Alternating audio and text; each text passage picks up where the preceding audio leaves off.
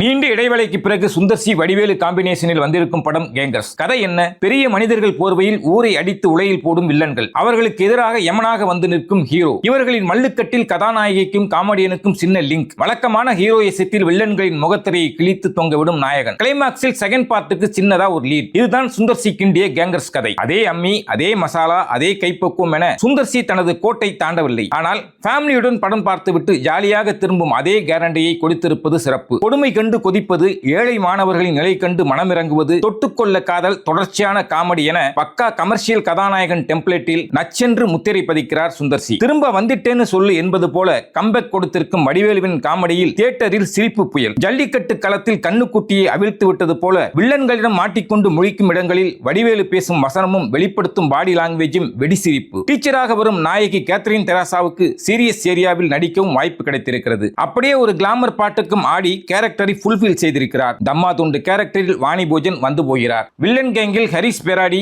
Mime Gopi, Aruldas என மூவர். இதில் கடைசி இருவர் காட்டும் டெரருக்கும் சிரிப்பு வருது. அந்த அளவுக்கு திரைக்கதையில் இருக்கும் காமெடி பிளேவர் இவர்களின் கேரக்டர்களையும் பாதித்துள்ளது. கேங்கர்ஸின் டெக்னிக்கல் டீமில் கிருஷ்ணமூர்த்தியின் ஒளிப்பதிவு சிறப்பு. சுந்தர் சி அடிக்கும் ஒவ்வொரு அடியும் இடி போல இறங்கி ஆக்ஷன் பிரியர்களை ஈர்க்கும் ஸ்டண்ட் மாஸ்டருக்கு பாராட்டுகள். எடுத்த டிக்கெட்டுக்கும் கேண்டீனுக்கு கொடுத்த துட்டுக்கும் குறை வைக்காத அளவுக்கு கேங்கர்ஸ் ரசிக்க சிரிக்க வைக்கிறது.